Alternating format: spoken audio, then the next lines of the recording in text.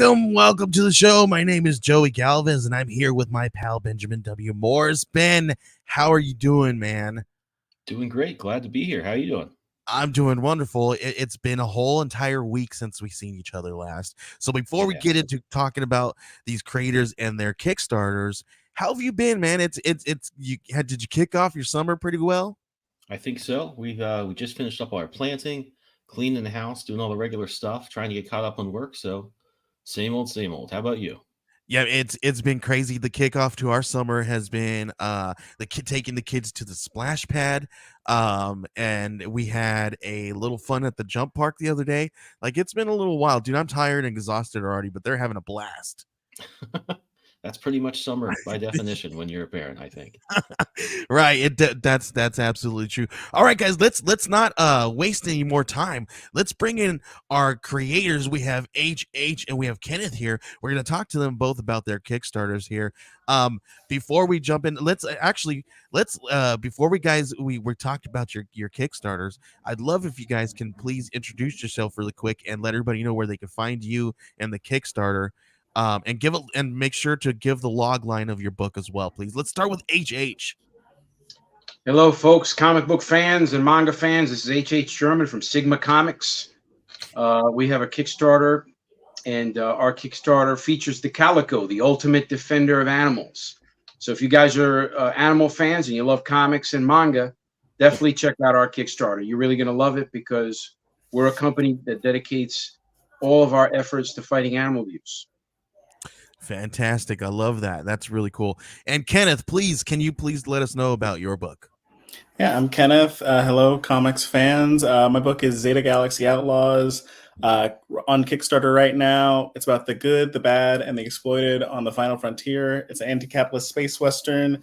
It's exploring themes from, Black excellence, and all these different the baggage that comes along with that. And it's set in space and a lot of fun, cool looking characters. So check it out. Very, very cool. I didn't get to look through Calico. Ben looked through Calico a little bit. And Ben, can you tell us what caught your eye on this one? Well, as always, artwork. I mean, the artwork really jumped out. Not only is this nice looking stuff, the sequentials, the interiors are really nice, and we're going to bring this up in a second. I have to also call out the character design on this one is really nice. They've got a strong looking visual for the main character. Really tells the story. Looks cool. So this is one that I think it just really caught my eye just because of that. Good interiors, great cover design, great character design. Fantastic. Let's take a look through that. So here we are, and so I'm going to just shoot through like a few questions I have about the art and the campaign, the kind of the creative side of things. You gave us a little bit of info on what he's all about, protecting animals and stuff. Love this visual here because that just tells you so much about this character right away. He's in New York, taking care of these cats. And tell us a little bit more detail about the story. Like, what were you? Give us a little bit more about the arc and the villains he fights. What's his kind of conflict? Sure. Hector Gill is the Calico, the ultimate defender of animals. He gets intel on people who abuse and kill animals, and he puts an end to that permanently. There's no calling Commissioner Gordon. There's just you're gone. You're deleted. And this is definitely not a comic book and or manga that is aimed at children. This is definitely rated M for mature. So if you have a strong stomach and you're over the age of 18, then this is I think it's definitely worth your while, especially our cause. And the Calico is definitely like, as my mentor Mike Barron likes to say, he's the Punisher for animals. So if you like a character who's not gonna accept municipal rules or laws dedicated to how to end animal abuse, and you prefer to take things into your own hand, a lot of people say, when I was a kid, I wanted to be Superman or Spider-Man or Wonder Woman. Everyone we talk to, when they learn about the character, this is who adults want to be. This is the hero that all adults want to be. Somebody who goes in and just eliminates people who abuse and kill animals. Oh, pretty heavy. So I get kind of like a grindhousey feel from this a little bit, like a little bit of 70s kind of crime sort of vibe from it. Punisher definitely comes through. You've got 4 volumes of this. So how many pages is each volume, and like how long have you been working on this? Right. So the manga stems from the comic book series. So the comic book series is something that this is year 3 that we've been Hmm. working on the comic book. This is only year, I guess we're 1.5 years into the manga. And again, it's a derivative work, right, from the comic book series. But what the Hmm. manga does is it gives, because of the format, manga's 200 pages versus your Hmm. standard 24-page comic book. With the manga format, it allows you to tell much, much more stories. So we fit in 2 issues from the regular series into each tankobon, and we Hmm. also fit in 2 additional manga specific stories, which tell the background history of the Calico. So it's great for backstory, and that's why we decided to do the manga Hmm. tankobon. It allows a younger generation, which is more up on the manga style of reading, to take part in what is, by all accounts, a very substantive and powerful story. So we're really proud of it, and it's doing really well. We pretty much are in a different city every weekend with it at conventions. And we just came back from Wow, Comic that's great. Palooza Houston, sold out there. We're going to Dallas Fan Expo this weekend, and we plan on selling out there too.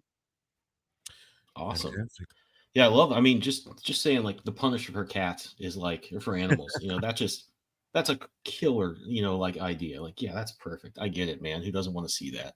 And can you tell me a little bit about who's drawing these covers? This is really great stuff. Right. So when you're looking at Garnabiel, anytime you have a one name artist, you know it's going to be good, right? So Hmm. Garnabiel on the covers. Inside, you have Renato Pinto. All of the black and white drawings you see at the top where it says "Look inside." That's all Renato Pinto, Hmm. and just doing a very good job. I'm the writer and creator of the series, and I believe we're firing on all cylinders, and the reception has been really fantastic. So we're really excited with the project, and we welcome your audience to partake. That's that's us right there, the team. Hmm. So I'm a Oh yeah. former fighter from New York City, Oh, cool, from the cool. Bronx, and my backstory is the character is loosely based on me. I don't go around killing people, but I certainly got into quite a few scraps in the street, and those got pretty intense. I fought at a very high level. The picture you see there is me fighting on pay-per-view for a Oh world wow, championship awesome, at man. the age of 21. So I have a pretty intense background in violence and fighting. So I write from experience. A lot of times today, especially, you have people writing comics that haven't even been in a fight. I mean, Hmm. it's kind of embarrassing actually, but you really have to have life history and a life experience, in my view, to write credibly about any topic. And I'm very fortunate in that from the very beginning, uh, legends of the industry really they were attracted to the project. One of those was Klaus Janson. He was the very first one. You mentioned the design Oh of the wow, character. huge fan of him. So yeah, I'm a graduate of the School of Visual Arts, Okay, and cool, cool. yeah, I didn't know. I read comics as a kid, Hmm. um, and here I was at SVA, not even knowing that many of the great creators in comics then and now, came from the School of Oh Visual yeah, Arts. Jean Paul Leon, Jansen teaches there still. I think. Absolute Is still Jamal teachers Weigel? there. Right, many, many, many. And what I did was, well, I have this character. The pandemic hit. I had applied for. I had like 6 or 7 fights in 2020 that I Hmm. was gonna do because despite having a very strong, high-level fighting background, I never won a championship. So I had one shot and I lost it back in '95. That picture you see there, Hmm. and I always had the regret. I said, let me walk at least, fight in a few tournaments. I'll win at least a couple of these championships. COVID hit Hmm. and that was it. So I had Okay. an idea that I was always kicking around. Everything was closed. So yeah, we have a few months here. The world is shut down. So I worked on this thing, which was a novel at the time, turned into a comic book series. As I wrote the outline, I said, this is more of a comic book feel I'm getting when I'm writing this outline. And once I got into that direction of seeing this as more of a comic book, I said, well, let me approach my alma mater and go to the illustration department, cartooning, and see if there's any any young graduate that is looking for some couple of dollars, and maybe we can make this thing look great. And sure enough, as I'm looking through the faculty, I see Klaus Jansen's name, and I'm like, holy crap! And so I reached out to him. I didn't hear back.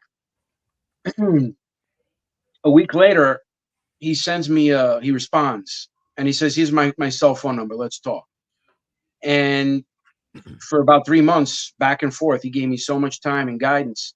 And what started out as a character that did not look like what you're seeing right there on the screen looked like that. So I give him a lot of credit and thank him for really giving me guidance on what to do in terms of really polishing the look of the character. And then, of course, once I put out, I guess once I was about at issue 5, Mike Barron came into the circle, and he really started to give me direct guidance, and we've been friends ever since. He gives me, we speak pretty much daily, and anytime I have an issue, he's we do a powwow for a good while, and we work together on the road. I see him as well on the road. We've done shows together in the same booth, and we have a very good relationship as well. So what's interesting is those two people, Klaus Janson and Mike Barron, they were the creators of Microchip, okay, and they worked on Punisher #1. I mean, Mike Barron was on it to 65, I believe. He was on it for 5 years. Yeah, he did that whole run when it started. Right. Did he do the miniseries or just the ongoing? No, he did the actual Unlimited. That was Mike Barron. All right, I think the limited was Carl Potts was the editor, and then you had Steve Grant was the writer on that, pretty sure. And then Zek was doing the covers on those. Mike Zek. I love those. Yeah. So anyway, I mean, look at who you have: Mike Barron, Klaus Janson, the guys who took, the Punisher, live pretty much. Once he had his own sort of highway that he could write on, the Unlimited. I'm incredibly blessed. Yeah, that character people don't, I think, really realize how that character had been around a long time. Really hadn't caught fire. And they just took that into the stratosphere. It was Jerry Conway, right? Jerry Conway created the character back in '74, and he had him walking around with thigh-high boots.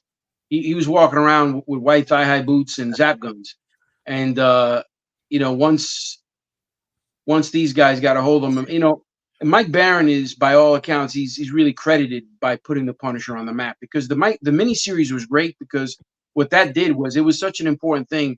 It told Marvel that there was an audience for this series, right? But when Carl Potts, when they decided to sit down and say, all right, now that we know that there's a market for this character, who are we going to bring in to really get some fire, like you just said, onto the character, and really have him take off like a rocket? And Carl Potts really liked what Barron was doing on a couple of series that he was working on, but he had his own character called the Badger. Oh yeah, I remember the Badger. Yeah, that was really something that Carl Potts was like, wow, this guy's really going granular onto the actual psyche of the character, and that's going to be important for this, and that's why he got put on there. And like I said, I'm very fortunate to have him as a mentor. That's kind of crazy, because I could really see Nexus leading into the Punisher. Somebody reads that and says, yeah, that could translate. The Badger, I mean, I can certainly see from some technical aspects, but the Badger's almost like Deadpool. But Carl Potts obviously knew what he was doing. It's really, like I said, it's really more the psyche of the character and motivations, because the Punisher, as you guys are well aware, you guys are experienced comic book fans, he's much more than a one-dimensional guy who just shoots people. There's a lot of texture in his backstory. So I think that Carl Potts respected what Barron did in there. And let me tell you something, that's a pretty powerful thing to do, to create a story that's going to get you coming back every month and make you feel something for a character. And Barron's 3 important things for successful storytelling. It basically starts with entertain, number 1, 2, show, don't tell, and 3, be original. And that's something that he's impressed upon me, and certainly something that we have in this character that you're looking at. The character is actually, the inspirations for the character came not only from the Punisher, but also a Japanese manga called Go 13. Oh yeah, huge fan of that. Yep, by Saito, the assassin, professional killer. Very much was inspired by that professional movie back in the 80s, and that aesthetic. So if you like a gritty, hardcore dude that's not going to back down and decides that he's going to ram his form of justice right down your throat and right through your living room, through a truck right through your living room, that's the guy. This guy's based in Brooklyn, and it's a really intense story. I can guarantee one thing I can tell you is not one page. You're not going to stop on one page. You're just going to keep turning because it's entertaining, and Very you're not cool. going to be ever Love bored. that. Yeah, Absolutely. Love it. That's Super a great cool. line, and I can't think of a better time to switch over to our other great book today. We have an Yeah. embarrassment of riches in terms of quality this week. Zeta Galaxy Outlaws. So, Kenneth, tell me a little bit more in detail about just your hero, what's going on in the story. Kind of take us through it. Yeah, so the basic premise, we've got Tex Wyatt right I have it on another screen, so I'm looking over here. But right in the center there, she's first generation Zeta miner, which is space energy shorthand. And basically, the setting of this book is sort of space, the final frontier. We finally colonized the stars, but instead of sort of the Star Trek, the sort of idealized utopian future, it's like, what if Elon Musk is the guy who's leading the space? So it's like, companies, it's the conglomerate colonies where it's this sort of corporate run galaxy. And yeah, Tex is first generation miner. Her parents came out to this world, and she is trying to make a name for herself. And she has the opportunity to be a ranger, which is sort of like, if you play Mass Effect, they're like the Spectres. They're these elite super cops and other celebrities in this world. And she has the opportunity to be the first Black woman on the Rangers. And so her training, or her first mission, is to go after this notorious outlaw, Vega Corazon, and sort of this activist outlaw. And sort of that collision course is the sort of course of the story where sort of Tex's view of the galaxy that she's in, and sort of the path of greatness that she's sort of chasing after, and sort of that's going to get a reality check based on the way people are living in the galaxy, the way people's identities and people's experiences and labor get taken over in the galaxy, and sort of she's going to have to rethink of whether there's another way to live in sort of a new world, and really just challenges the idea of the things she's learned so far. And it's the gist of the story of the book. Yeah, so the first thing I want to ask you about is just your art is amazing. Joey showed me these pages a few maybe a month or two ago, and I was blown away. At first I thought it was, and I had seen Try Not to Die, which I believe you drew, which I also thought was great. At first I thought this was Brian Stelfreeze, who, if you're not familiar with his work, I mean, I know you are, but Black if you're Panther. watching this, Black yeah, Panther. I mean, one of the best to ever do it for decades now. I mean, but this is great stuff. You got some great covers, and I think, unlike a lot of books you see on Kickstarter, the interiors are just super strong. I think this is true of both your books this week. Tell us a little bit about your influences, and maybe from the design perspective, because you've got some great character designs here. And who are your influences in terms of your your layout, your rendering, your art side of things? Yeah, thank you. Yeah, that's really nice. But yeah, my big influences, it's hard to pin down. I feel like I take into so much, any comics that I read, I'm just sort of digesting. But I think a lot of the sort of influences with this sort of come from, there's actually a video game, Citizen Sleeper, that came out, like, I think maybe a couple years ago, that a lot of the sort of designs have, like, this. I've been redesigning these characters since like 2019, but I think this most recent pass definitely has influence from that game, because the designs, if you Google it, they're super distinct and very sort of sci-fi, cyberpunk, just very a distinct style. And I think also another design, I think Valero Shiti. Every time I go on a comics thing, I can I think picture the name. I can't pronounce it. And I'm not Comics is going to just full try. of names that you've never said out loud until you're in front of people. It really is.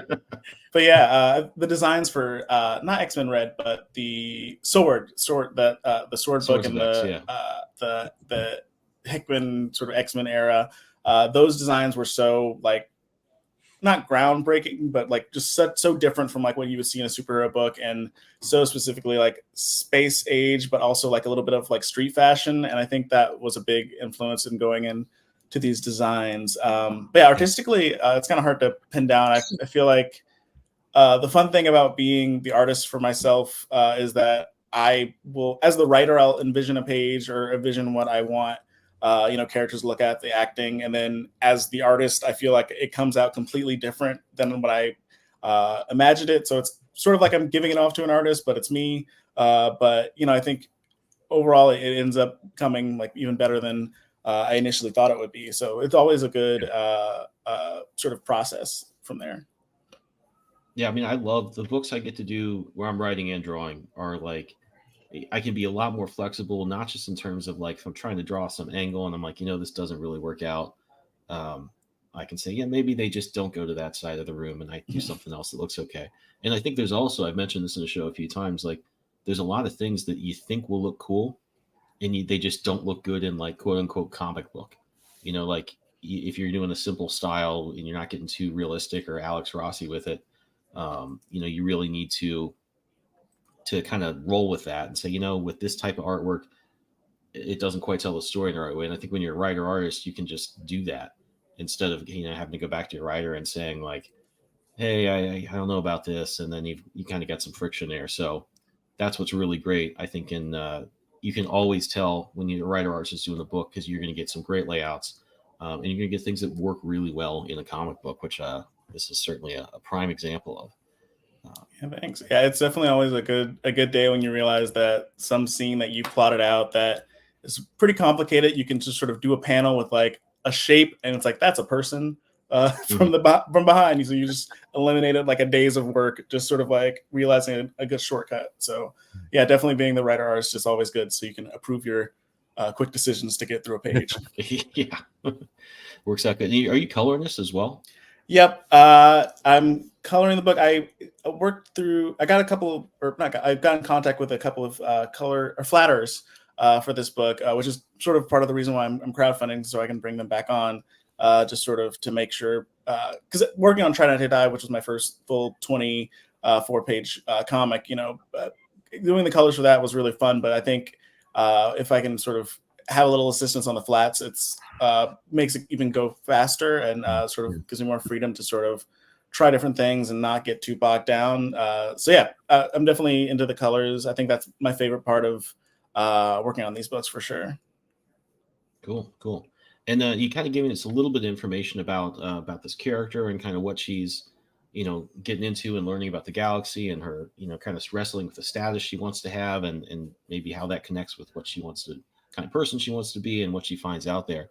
So is there any I see a lot of cyberpunk here. Is there any story that really inspired you that you kind of wanted to bring in a lot of? And then I would think probably people hear and say like, yeah, I loved that story. And this brings in a lot of it. Is there any big influence that kind of applies to this one? Yeah, I think the two big influences that I kind of use as a benchmark are I think Mass Effect and Sorry to Bother You, the movie by Boots Riley from I think like 2018 or something. But it's sort of Seems that like sort an of eternity ago. Yeah. I know. Yeah, it's like I think that one's that. And he also did a show recently. Like I think it's I'm a Virgo. That one also really is Oh, with still the on the giant money. guy.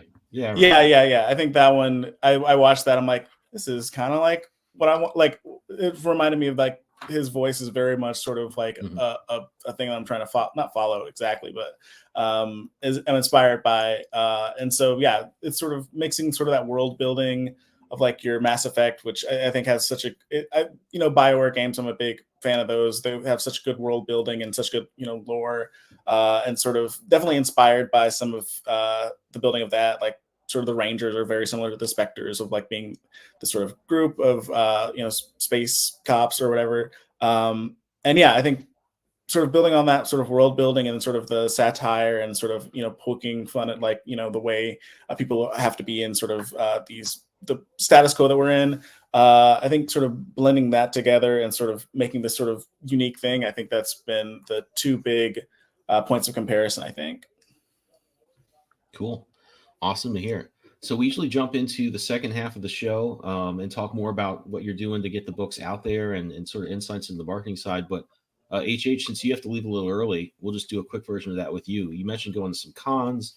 You mentioned, reaching out to other great creators and getting some advice. As far as putting this on Kickstarter, you've probably been doing this a while, as you've been volumes out. Tell us a little bit about your experience there and some stuff you found that worked out really well, maybe some things that didn't work. All right. Well, this is year 3 for us, so we're still relatively new. I believe this is our 12th Kickstarter. Kickstarter, it's good because, for each one of these campaigns, we typically add on a new, 30, 40, new customers, which is great. But truly, we rely mostly on conventions, and we are in the direct market, so people can get our stuff at comic book shops and whatnot. So that's really where we grow our audience, and for the Kickstarter, it's wonderful because it helps us, as a small business, helps us with the funds, crowdfunding it. So it's something that we leverage from a funds perspective, but also from a marketing perspective, because new customers learn about the series. But outside of that, it's definitely the conventions. We really love doing those, and we'll go all around the continent with it. And typically we'll get anywhere from 150 to 200 new readers every weekend. So that's really a great thing for us, and that's really what we like to do. We have a wonderful cause. Go ahead. What's the conversion rate on that when you go to a show and have some people sign up or purchase items? Do they come back to the Kickstarter? Yeah, I would say, we really haven't looked at that particular metric succinctly, but off the top of my head, I can definitely say I would say about anywhere between 8 to 10 people who purchase on the road come into the Kickstarter. But you need to understand that not many of them really qualify as the right customer for that, because some of them already have the product that's going to be kickstarted, because what we like to do is print everything right as we're about to do a Kickstarter, which you're starting to see a lot more of. Used to be people used to kickstart and then wait 6 months or something to put something out. Now what people are doing is they're putting a lot of their own funds, getting it out, and counting on a successful effort along with other things to help them put the book out. So really, crowdfunding is now becoming one of several platforms to help fund the book. So that's really what we have, and that's really the only reason why it isn't higher. So that's why when you look at our Kickstarters, you're only going to see, I think the highest one we ever did was like $6,000-7,000 or something like that. So our Kickstarter funds really they're not really super high. What we really generate our funds with is on the road when we do the conventions. But we're not going to say no to crowdfunding, because again, we use it as an additional source of funding the product. Mm-hmm. Yeah, I think that's super smart. And I think as creators, we always, especially, when you're an artist, it takes so much time, or if you're paying an artist, obviously, we've just got to find ways to get a little more money in that thing. It's just to keep it going, because it eats up a lot of time to do good art. And I think it's more and more important for these books to have great artwork on Kickstarter and everything else. As the market gets a little tighter sometimes and ebbs and flows, things got to look great. And that usually needs some investment. So great to see people looking at that kind of holistically. Well, HH, I know go ahead, man.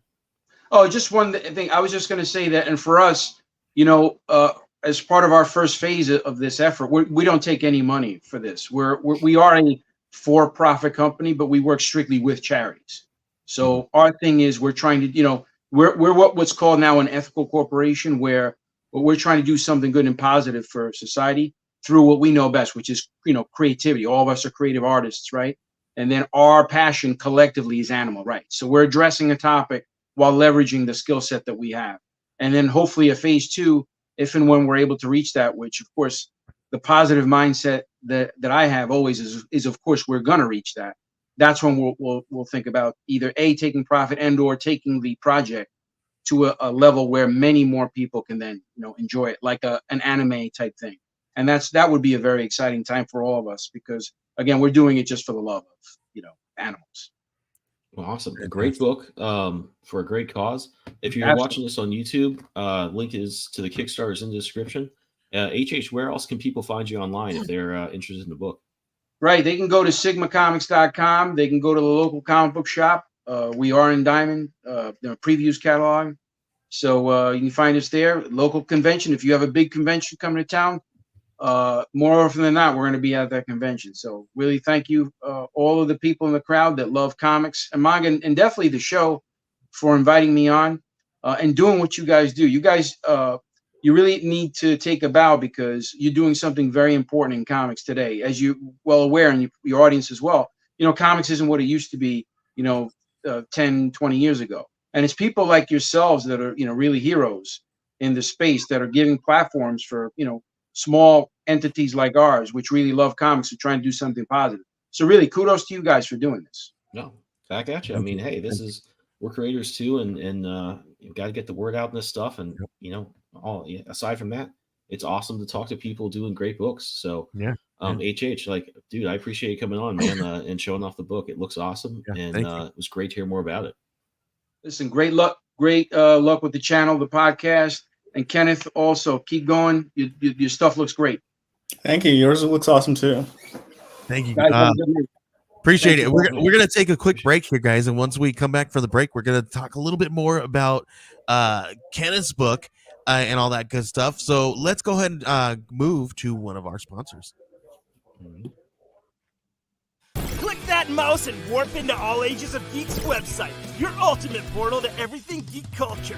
Here you'll find articles that speak your language, from the latest anime buzz to the coolest tech trends. Our mission? To celebrate geekdom in all its glory. Whether you're a gamer, a comic enthusiast, a 90s kid, or an anime aficionado, we've got something for you. Dive deep into them with All Ages of Geek.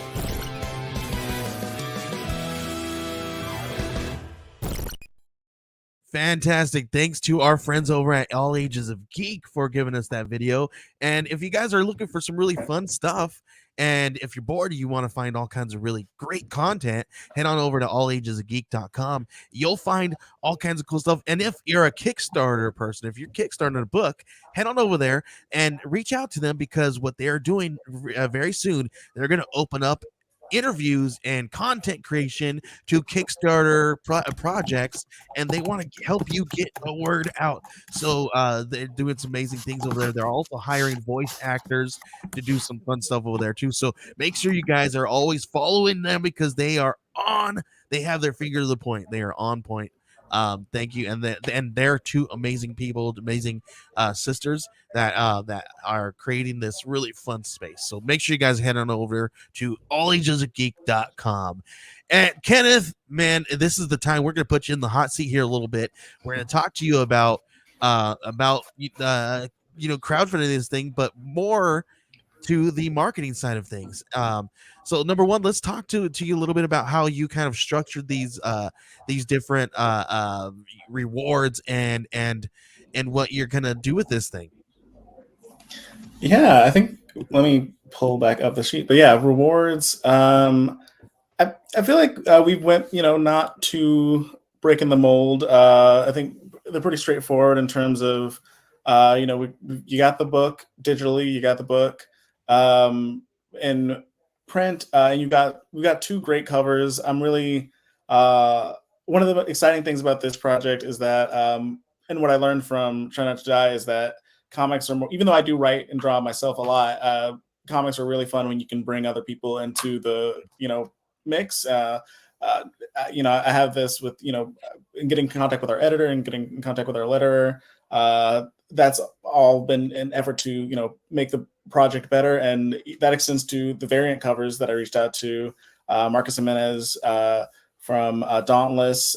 So many great books, both writing and drawing, and Buttercup, who's an artist that I've followed for a long time, who was open for commissions, and I was just so glad to reach out to them and get this cover. Their style is very much like, again, it's that thing where every artist wants to draw like how they don't, I don't know, like their style is just so different from what I draw, but how I would like my art to look like, even though Yeah.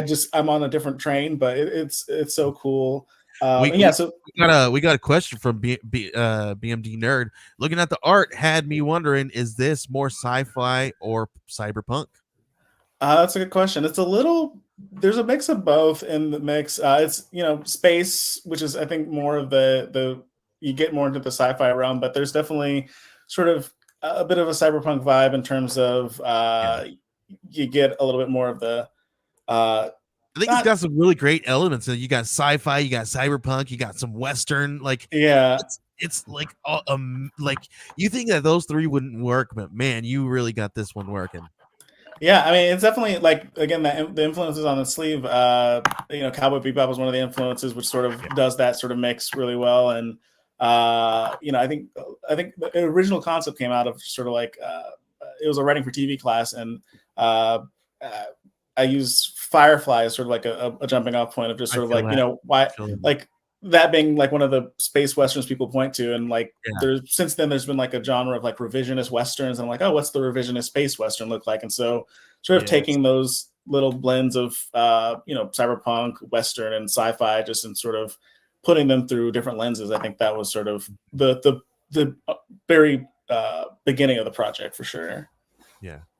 So when you were obviously you reached out to us Geek Collective Mhm. to help you kind of work on this project and stuff, but you had a lot of kind of back and forth with me when behind the scenes talking about some of these tiers and these rewards, and you wanted to make sure that they were just right and affordable for everybody. And I feel like you've done that here. You've gotten some early birds. You got some of these covers at these really nice price points. They're not too much, not too little. Can you talk to a little bit about what your thought process is when you were going into that a little bit? Yeah, definitely. I think it's definitely a book that I feel like I know that the world is a business and you have to make money to do things, but I definitely don't want a high barrier of entry for my books. I'm just like, yeah, if you want to, like, I want people to read it, I want people to get on board. So yeah, and even with the big goal of the crowdfunding campaign, as writer and artist, I'm taking the hit and not paying for myself as the artist. So I'm want that low barrier of entry where I want this book to get made, and uh, most of this is just covering the printing and paying the collaborators. So if as low of a barrier of entry to get people in to get the book, get any add-ons from the book. We have some trading cards that are on the cusp of being added to the campaign, and just fun little variations. I definitely wanted to make it not too extravagant, but just right in terms of giving people ways to support the book, read the book, and show that they're into the world that we're putting together. Yeah, and like with every campaign, we like to do some really cool stretch goals, some backer milestones, and some things that everybody can kind of get right. So everything in like, even though you guys see all these physical stickers and things like that, we're still gonna give those to all the digital backers, but we're gonna give it to them digitally, and I think that's one of those things where you got to kind of think about everyone, right? You got to think about the time. Obviously we're campaigning this thing during a holiday. It's kickoff to summer. It's a lot of people are out there baking in the sun, spending a lot of money, and so it's already, we're up against the kind of a heavy lifting, heavy lift here. And then but we still wanted to make sure that this was affordable to everybody, that you guys got some really gorgeous looking rewards.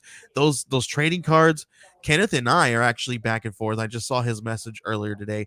We're going to discuss what they're going to actually look like, and Ken, like, he's got this vision. He wants this thing to look gorgeous and at every single turn. So it's like, when I work with him, it's fun because you can see the passion. You can hear the passion in his words and the way he speaks about these things, and he wants you guys to have some really gorgeous quality products. So, like, you guys are really in for a treat when it comes to all these really fun rewards. Yeah, for better or worse, I am a perfectionist, and for better, everything looks great. For worse, it means that we're both working like around the clock trying to get this looking just right. Yeah, and it's kind of bad because I'm a perfectionist too, which is Yeah, probably so why he's like I like working with him because he knows he gets me. when the graphics came up, I'm like, yeah, no notes, this is perfect, exactly. So I'm like, yeah, you knocked it out of the park. I mean, even from when I first was connected to you on Try Not to Die, I'm like looking at that page, I'm like, oh, quality, this guy gets it. So Yeah, yeah, yeah. We worked on Try Not to Die. And I don't know if you guys have seen that one before, but it was the prompt that they gave me was VHS, and I said, I know exactly what I want to do. I was like, I want the credit page or to look like, or the back cover or the credit page to look like I was like, what do I do? What? Because listen, I'm gonna give you guys a backstory here. I used to go to the VHS store. Yes, there used to be VHS stores. There was not DVDs back then in the 90s with my dad all the time, right? And we would go, and the fun thing that you could do, you couldn't, there was no, Google, you couldn't Google and type things, and you couldn't look these things. There was no IMDb. There was no page where you can look up the titles or what the synopsis of the movies were, right? So you had to go physically to the store. Yeah, I don't know what that is like anymore, right? So you had to look at the back of the freaking VHS tape to read what the movie was about and to purchase it or to rent it, right? And I was like, how awesome this would be if you could flip this over and it looks just like the back of a VHS tape. And as soon as I sent it over to them, they said, yes, please, this is awesome. I love this. It was really fun to work with you guys on this. And then when I heard that you were planning this one, you didn't tell me what it was at first. You just told me I got something I'm cooking. And I said, okay, dude, I'm in because I saw what you were doing with Trying Not to Die. Heck yeah. And then you showed me the pages the first time and I said, holy smokes, this is gonna be a banger because the colors, the characters, the world, all of it was like I'm a huge sci-fi space geek. Like I grew up watching like freaking Star Trek, the Next Generation, old school ones, right? And then more than Star Wars, right? So I was into all that kind of space cops type stuff, and then I watched Firefly and all that stuff. When I first saw that you had that ship, and I said that is like the iconic freaking like entry, like that scene where when they do the show the ship, you're just like yes. So I was like, yes, this is gonna be freaking hit. So I just really hope you guys see this and yes, think that it's as much of a hit as I do because these are clean. When I showed Ben for the first time, he was like, I oh, couldn't believe it. I mean, and holy I had seen your work on Try Not to Die. I was really impressed by it. But I think this just gave you. I mean, that was a pretty high concept horror movie. It was really strong. I loved it. This is like a showcase for what you yeah, could do. thank you. Yeah. I mean, this is better than 80% of the books I think you're going to see on a Wednesday on the shelf. Oh, I wow. mean, I I, really I think feel about that. it.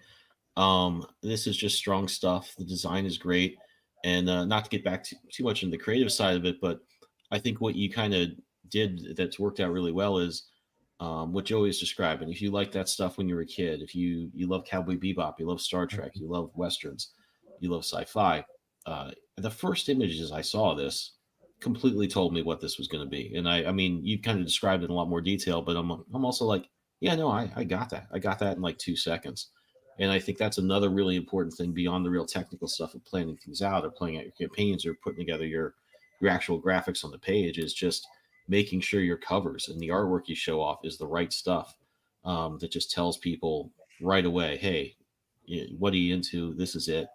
It really tells the story clearly and it makes that sale story pretty clear. I think that's Yeah, something that this I also really noticed about this campaign. Mhm. yeah, thanks. Yeah, I think we were talking a little bit before, but yeah, I've been kicking around this idea in some form since like 2019, and yeah, I even have passed it around as a pitch. But even then, this is where it is now is different from like pretty radically different from where it was like maybe a year or two ago.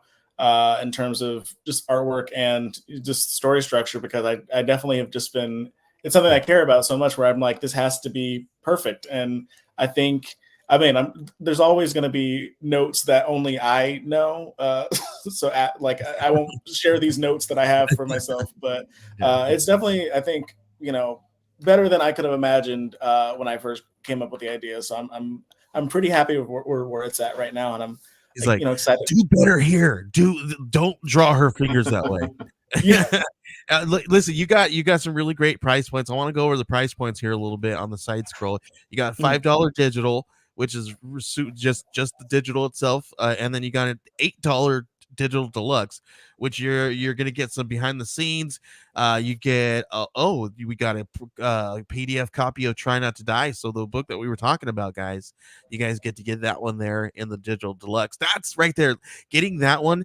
And this one already, your money's already spent. Like that's a lot. Anything extra is freaking awesome. And you guys are gonna get behind the scenes content. You get a 6-page side story with Vega Corsone. It's called Date with Destiny. Can you give us a little bit of information without giving anything away on Date with Destiny? Yeah, it's just a little. It was previously for another anthology that I don't. But yeah, it's a side story. Just a little date at a diner. That's what I'll say, and All right, leave it at that. And you have to see the rest.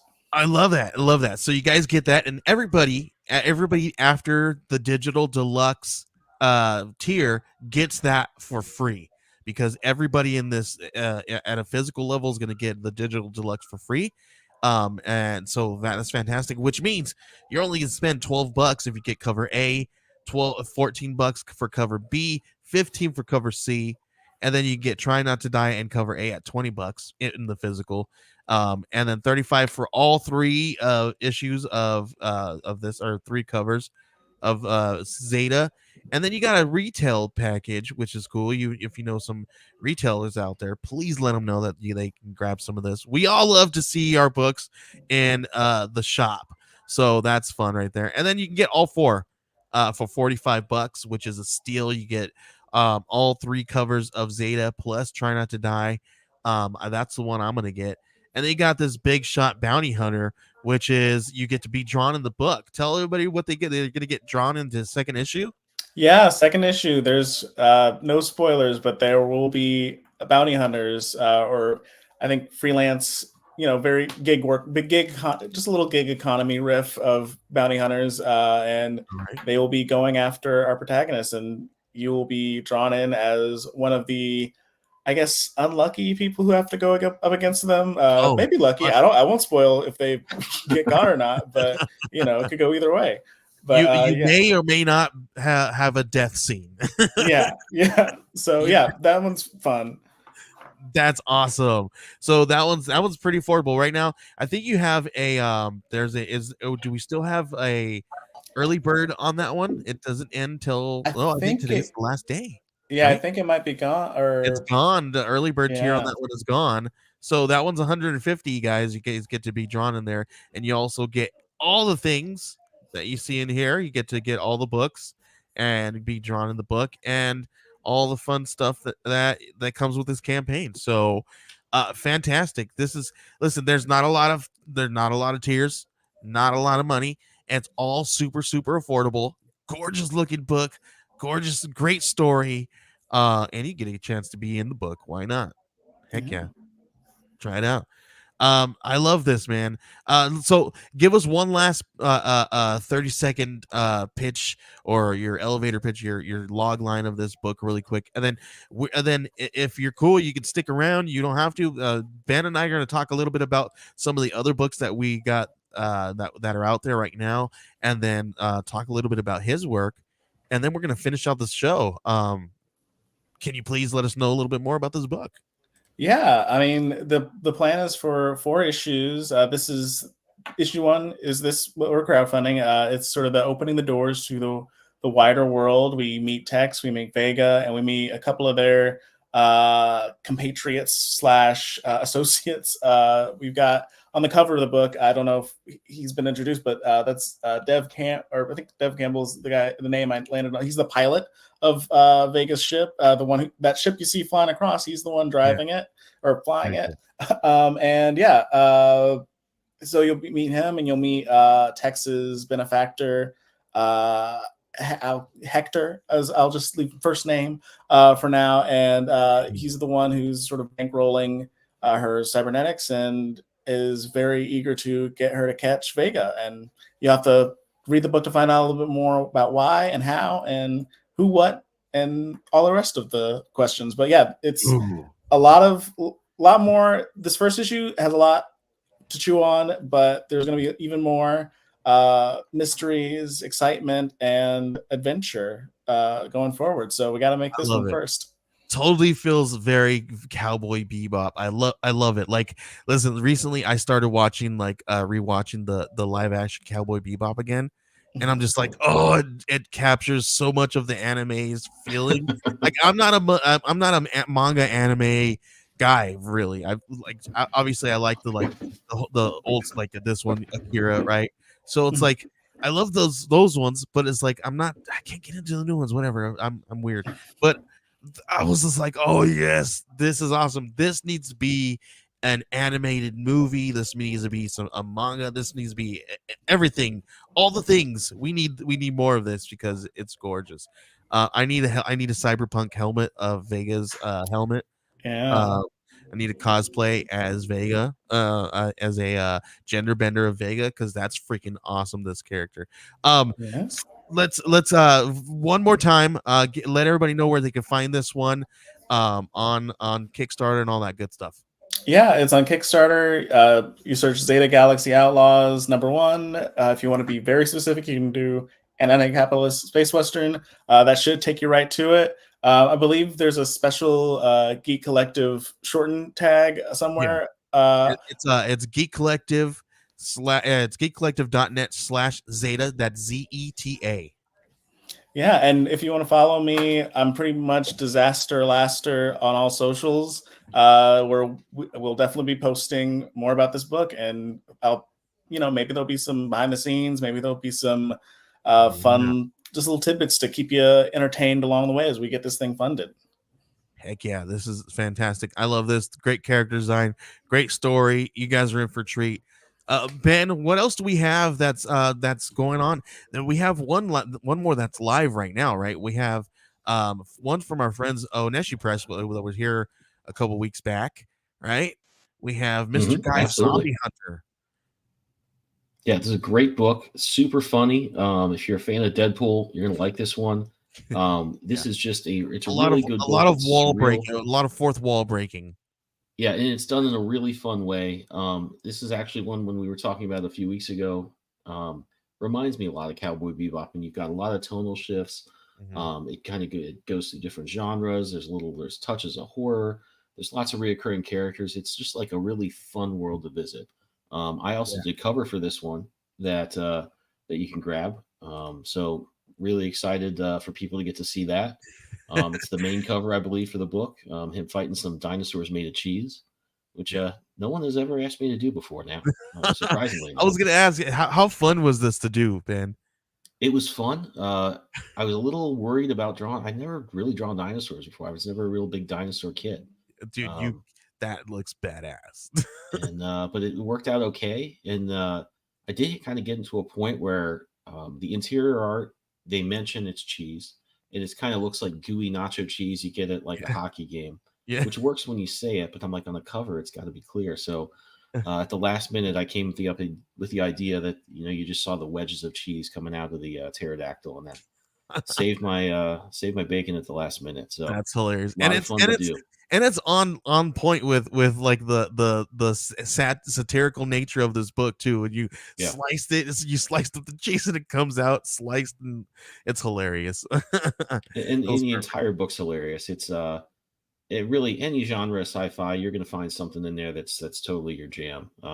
Great humor, unlike a lot of humor comics, because humor is tough to do in comics. This one's actually funny. Having read it all, so can't go wrong with this one. And it's got 18 days left. it's doing pretty great. So head over there and check this one out. Yeah, it's we need a little bit more, so just make sure you guys are checking this one. If you guys are in, this is the third, and what's cool about this is it's kind of, he calls it, he has a word for it, he calls it artthology, where he has a bunch of artists, different artists, doing different the story that he writes. So it's one writer, it's JL Draco who's the writer, and then he's got a bunch of different artists doing different stories in there and stuff. So I think that's how he did it. I'm not sure. I think he might have switched it up this time around and did some we don't have him on, so he's gonna be like, you're lying to everybody, Joey, what's wrong with you? This time around I think he could have, if I'm not mistaken, maybe he's changed that up and some other people have written it, but in the past there's some been other ones that he wrote the whole thing and everybody was doing the artwork. So this is the third issue of this anthology kind of trilogy, graphic novel kind of, it's gorgeous. I've got a couple of them in my collection, and it's hilarious. You want a good laugh, something just you could just stupid random fun. This is a good one to just pick up. What else we got? Well, if we're going to go alphabetically, Amongst the Stars from our friend CJ Hudson and the Band of Bards. Yes, this one is a sci-fi romance anthology. Over 30, about around 30 creators involved in this, a little bit more than that, because I have to put all those faces to names on a graphic, which is very difficult in an anthology. Just letting you guys know, and to make sure that everybody is credited and but it's gorgeous. Listen, there's all kinds of really great stories inside this anthology, all centering around sci-fi romance, people in space, love in space. Great stuff. There's all kinds of really great creators. I can name them all, but there's 30 of them, so we'd be here for a while. So check it out. Make sure you guys are, all you got to do is sign up to be notified on this one. Please follow it, and it's going to go live here very soon. I'm thinking they keep telling me this week. So we gotta finish some stuff, but it's gorgeous. They got all kinds of really great covers, really great. There's going to be a handful of different cover options, like foil options, like glow in the dark options. We might get some space booty glowing in the dark there, because this cover that you see here, the full cover, you can actually see her booty and it's green alien booty, and it's gorgeous looking. So you guys are definitely going to want to grab that one. I will let you guys know that one is going to be in glow in the dark. They're going to have a glow in the dark version of that, so you're going to get glow in the dark booty. So you guys are going to want to check this one out. Click that notify me on launch, and that's all you got to do. What's up next? What's up next is Shade. This one's fantastic. We showed you guys the video of this one here in the beginning of the show. This one's our friends over at Kinetic Comics. They have this one's kind of very much like Valiant Comics, kind of agent.